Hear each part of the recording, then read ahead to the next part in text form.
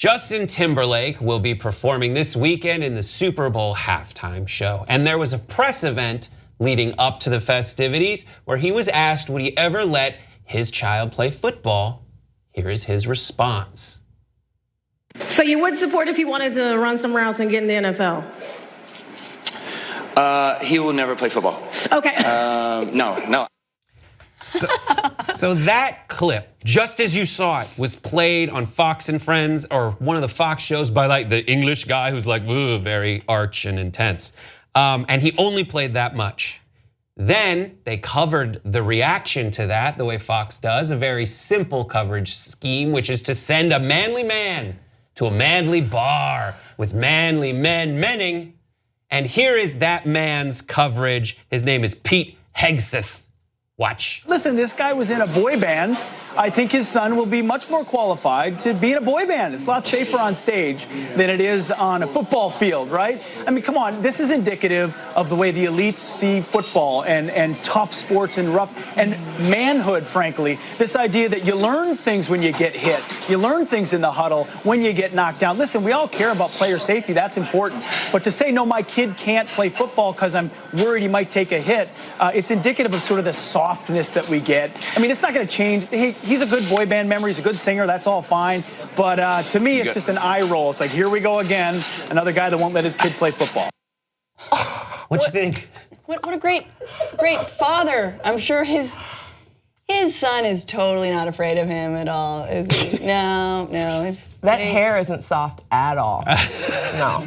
All that product, it can't be soft with all that product. Guys, masculinity is a prison. I feel like 2016 has explained that every day on Twitter at Real Donald Trump. And if there's one thing we know about Fox is that they're not only trying to shill for the president, they're not only trying to shill for the rich that are already in power and need more money somehow. They're trying to shill for masculinity being one particular way, which is the more footballs you get hit in the head with, the smarter you are. You learn things from getting hit. The more you don't think about Russia.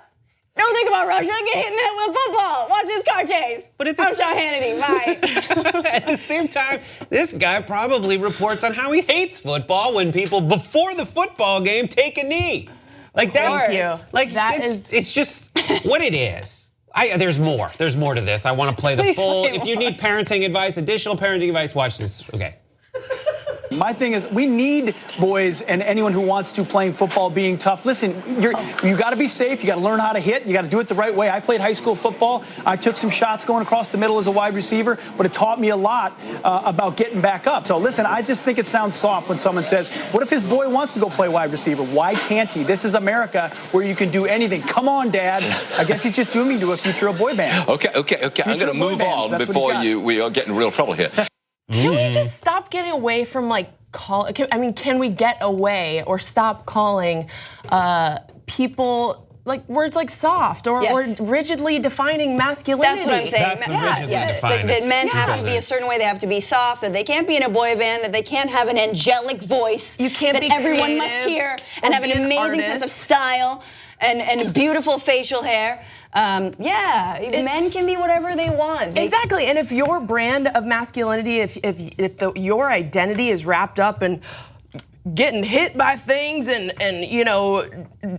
playing outside with trucks or shooting guns, fine, but that's not everyone's brand of masculinity. It's not one size fits all. Yeah. Right. I've got masculine energy in me. Like there has to be space for there to be a blend of masculine and feminine energy. And this father, look, I don't know him. I don't know what kind of parent he is, but I wonder if he gets mad when his son cries or expresses emotion. And I think that's harmful too. Here's what's happening in this clip is that guy he's trying to be on the other end of that news discussion. He doesn't want to be out in the field anymore. He wants to be an anchor. And the guy who's got the anchor position has worked his way to get there by doing what? By saying the same kind of crap in the field that this field reporter is saying. And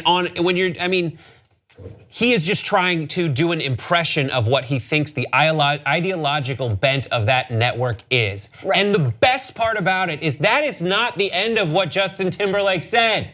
Justin Timberlake, obviously was joking because the next thing he said was, no, my main objective is that he become a great person. And if he wants to get into the arts or sports, then yeah, I would fully support that. So he isn't even saying what you are making it seem like he said. Doesn't matter. But that doesn't stop you from sending Pete Hegseth to Hooters to go get some men's opinions on it. Roger Ailes is dead, all right? Who are you trying to impress? He's gone. He's done. This is the best about Pete Hegseth is this is not his only manly man performance. Back a couple years ago for the Army. Time out. Is he actually known as the manly man? He must be. Why is he being referred to manly man? Is that his brand? I think we've dubbed him that. The article has dubbed him that. I think that's why, for things like what we're about to see, Flag Day a couple years ago, also the Army's 240th birthday. What do? You have an axe throwing competition featuring none other than the guy we just saw, Peter Hegseth. Take a look at his performance. Pete and Clayton are facing off. They're testing their skills with the axe. Who's going to win this battle with the lumberjacks? That's coming up next. I'm putting my money on Clayton. Who's going to win this battle with the lumberjacks? That's coming up next.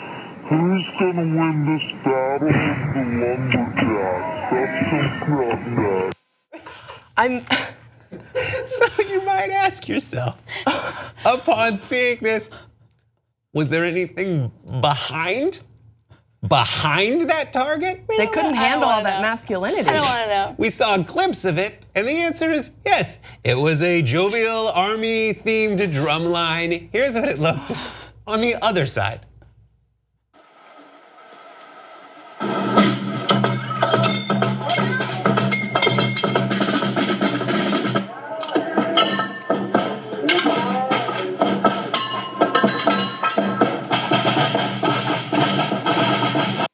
You didn't think it could get better, and yet it does. That's what he gets for being soft. Just being a soft-ass drummer boy. We have no room in America for drummer boys. You get an axe to the arm. So reckless. Whose idea was it to put a band on the other side of where the Whose idea was it to on the throw other an side of axe it? into a target? Also, homie, like, really? If you're such a manly man, you don't play darts? Like, what do you, like, you lobbed it over the target, all right?